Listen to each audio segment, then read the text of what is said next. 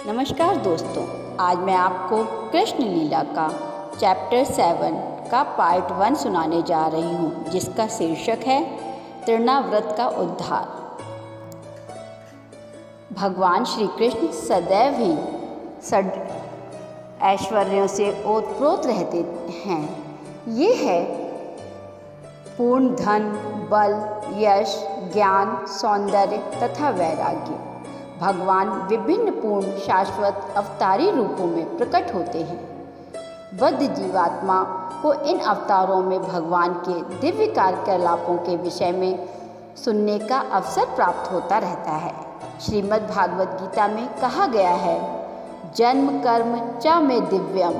भगवान की लीलाएं तथा कार्यकलाप संसारी नहीं हैं, वे भौतिक बोध से परे हैं और बुद्धिजीवी इन असाधारण कार्यकलापों के श्रवण से लाभान्वित हो सकता है। श्रवण एक अवसर है जो भगवान का साहचर्य प्रदान करता है और उनके कार्यकलाप के श्रवण का अर्थ है दिव्य चेतना का विकास करना। बुद्धिजीवी की स्वाभाविक प्रवृत्ति अन्य बुद्धिजीवों के विषय में उपन्यास, नाटक, कथा आदि के माध्यम से कुछ न कुछ श्रवण करने की होती है। अन्यों के विषय में कुछ न कुछ श्रवण करने की इस प्रकृति का उपयोग भगवान की लीलाओं के श्रवण करने में किया जा सकता है। तब मनुष्य तुरंत दिव्य प्रकृति की ओर विकास कर सकता है। श्री कृष्ण की लीलाएं न केवल सुंदर हैं, अपितु वे मन को मोहने वाली हैं। यदि कोई भगवान की लीलाओं के श्रवण का लाभ उठाता है तो प्रकृति की दीर्घकालीन संगति के कारण मन में संचित होने वाली कल्मश धूलि को तुरंत ही धोया जा सकता है। भगवान चैतन्य ने भी उपदेश दिया है कि भगवान श्री कृष्ण के दिव्य नाम के श्रवण मात्र से ही मनुष्य अपने मन के सारे भौतिक कल्मश के धो सकता है। आत्म साक्षात्कार की विभिन्न विधियां हैं, किंतु जब बुद्धिजीवी इस भक्ति की विधि को, जिसका सबसे महत्वपूर्ण कार्य श्रवण करना है, अपनाता है तो इसके द्वारा उसका भौतिक कल्मश स्वतः धुल जाता है और उसे अपने स्वाभाविक स्थिति का बोध हो जाता है। इस कल्मश के कारण ही यह बुद्ध जीवन है और ज्यों ही यह कल्मश धुल जाता है त्यों ही जीवात्मा का अप्रकट कार्य अर्थात भगवान की सेवा करने का कार्य सहज ही जाग उठता है। परमेश्वर के साथ दिव्य संबंध स्थापित करने से वह भक्तों के साथ मित्रता करने का अधिकारी बन जाता है। महाराज परीक्षित ने व्यवहारिक अनुभव से यह निर्दिष्ट किया है कि प्रत्येक व्यक्ति भगवान की दिव्य लीलाओं को सुनने का प्रयास करे। यह लीला पुरुषोत्तम भगवान श्री कृष्ण नामक भाष्य इसी उद्देश्य में लिखा गया है और पाठक को चाहिए कि मानव जीवन के चरम लक्ष्य की प्राप्ति के लिए इसका लाभ उठाए। भगवान अपनी अहेतुकी कृपावश इस भौतिक जगत में अवतरित होते हैं और सामान्य पुरुष की भांति अपने कार्यकलापों का प्रदर्शन करते हैं। दुर्भाग्यवश शून्यवादी या नास्तिक लोग श्री कृष्ण को अपने समान एक सामान्य व्यक्ति मानते हैं और इस तरह वे अपना उपहास करते हैं। भगवान ने स्वयं श्रीमद् भागवत गीता में इसकी यह कहकर के भर्त्सना की है, अब जानन्ति माँ मूढ़ा। मूढ़ या पाखंडी श्री कृष्ण को सामान्य व्यक्ति या मानव से थोड़ा बहुत अधिक शक्तिमान मनुष्य मानते हैं। दुर्भाग्यवश से वे उन्हें श्री भगवान के रूप में स्वीकार नहीं कर पाते। कभी कभी ऐसे भाग्यहीन मनुष्य बिना किसी शास्त्रीय प्रमाण के अपने आप को श्री कृष्ण का अवतार घोषित कर देते हैं। जब श्री कृष्ण कुछ और बड़े हुए तो वे पलटने लगे। अब वे पीठ के बल लेटे रहते थे। यशोदा तथा नंद महाराज ने दूसरा उत्सव अर्थात श्री कृष्ण की पहली वर्षगांठ मनाई। उन्होंने श्री कृष्ण जन्म दिवस यानी जन्माष्टमी उत्सव का आयोजन किया, जो आज भी वैदिक सिद्धांतों के अनुयायियों द्वारा मनाया जाता है।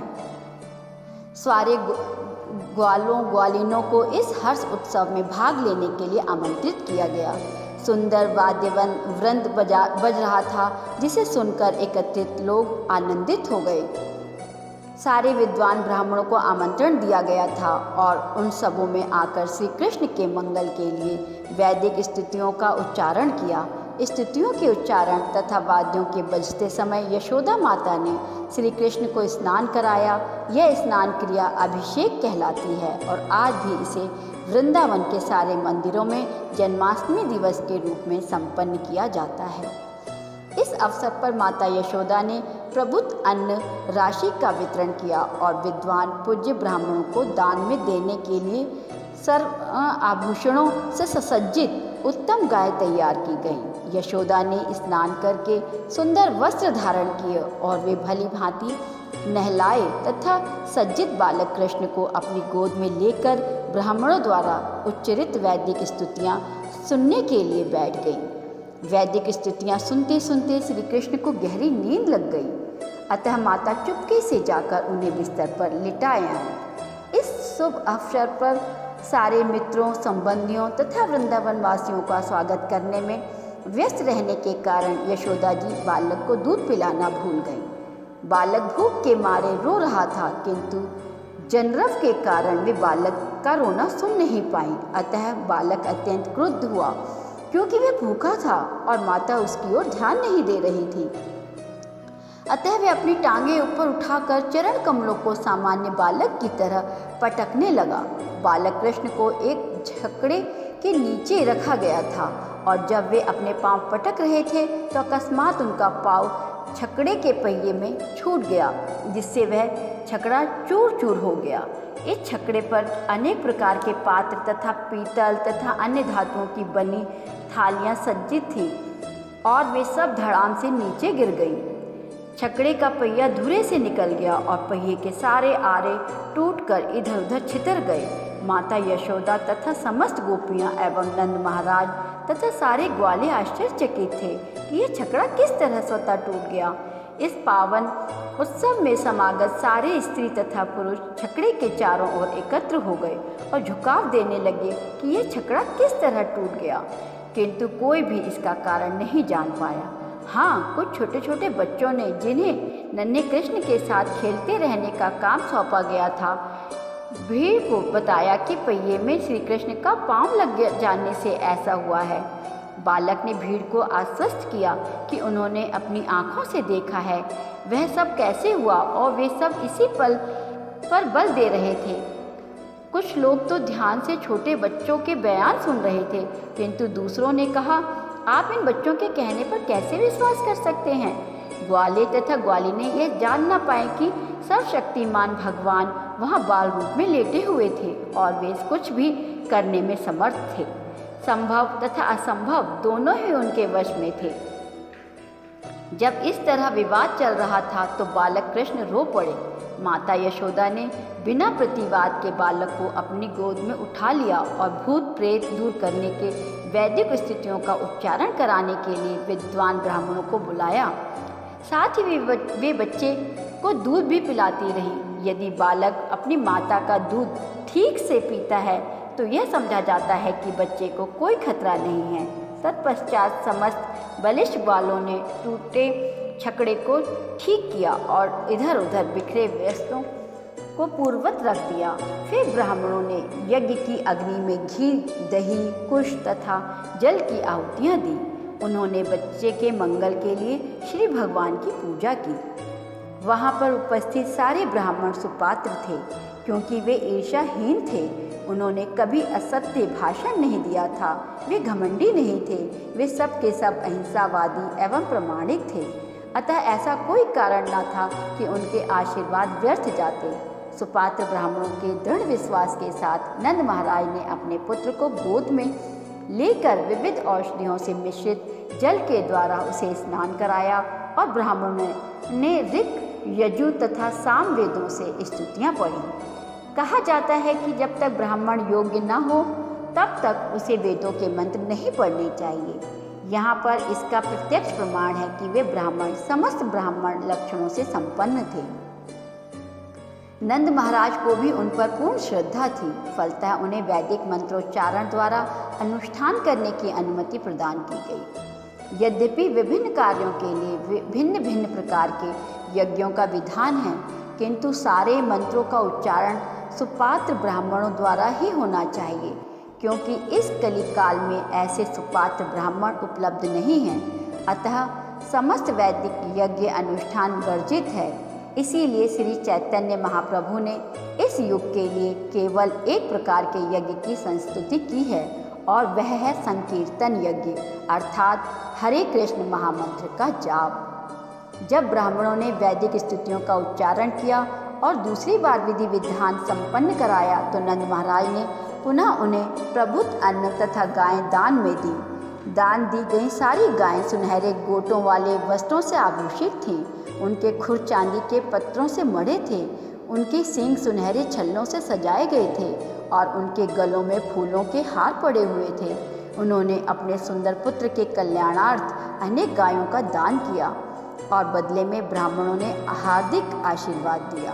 ब्राह्मणों द्वारा प्रदत्त ये आशीर्वाद कभी निष्फल नहीं हो सकते थे। एक दिन इस उत्सव के तुरंत बाद जब माता यशोदा बालक को अपनी गोद में लेकर दुलार कर रही थी, तो बालक बहुत भारी लगने लगा और वे उसे उठाने में असमर्थ अनुभव करने लगी। अतः उन्होंने इच्छा न होते हुए भी उसे जमीन पर बिठा दिया। थोड़ी देर के बाद वह गृह कार्य में व्यस्त हो गई। उसी समय कंस का एक भृत्य, जिसका नाम तृणाव्रत था, कंस के आदेशानुसार बवंडर के रूप में वहां प्रकट हुआ।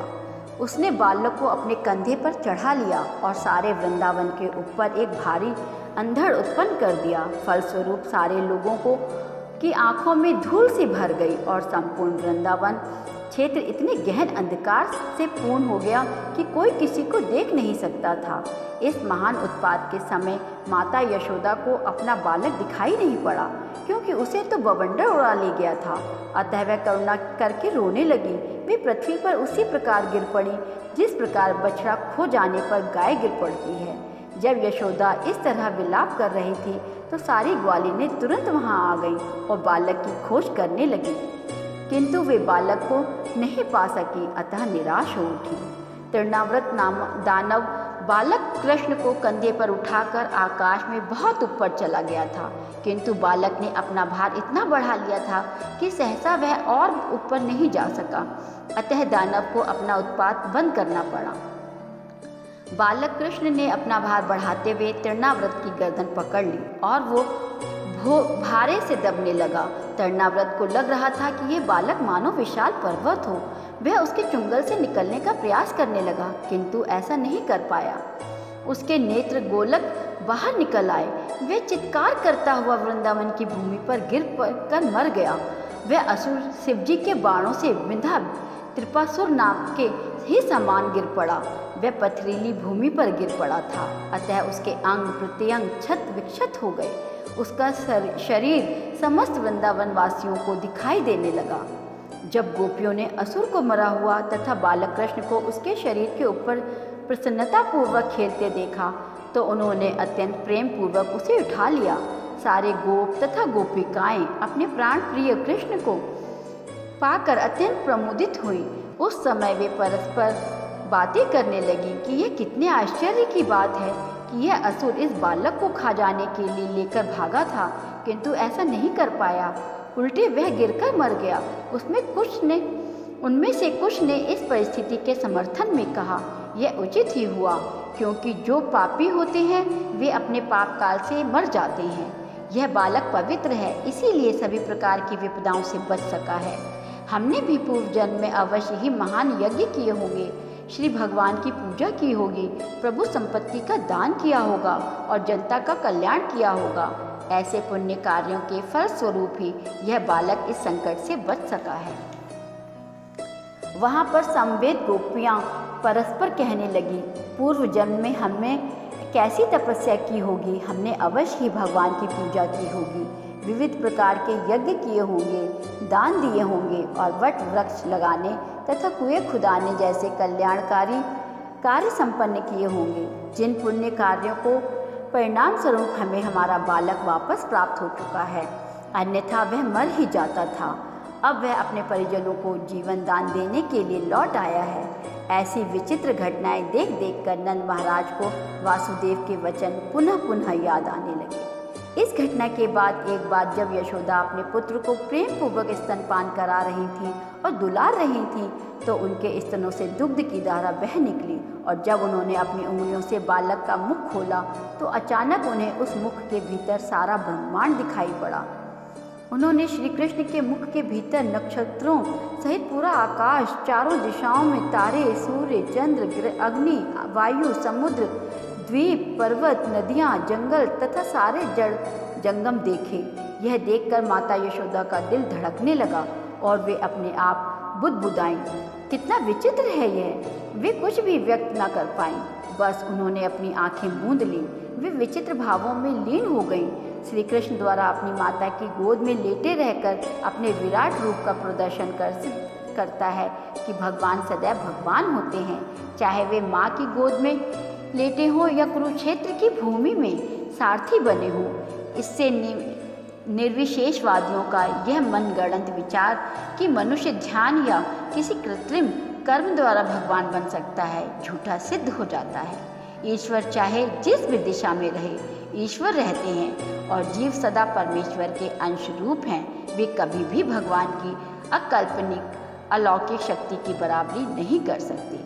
इस प्रकार लीला पुरुषोत्तम भगवान श्री कृष्ण के अंतर्गत तृणाव्रत का उद्धार नामक 7वें अध्याय के भक्ति वेदांत तात्पर्य पूर्ण हुआ। राधे राधे।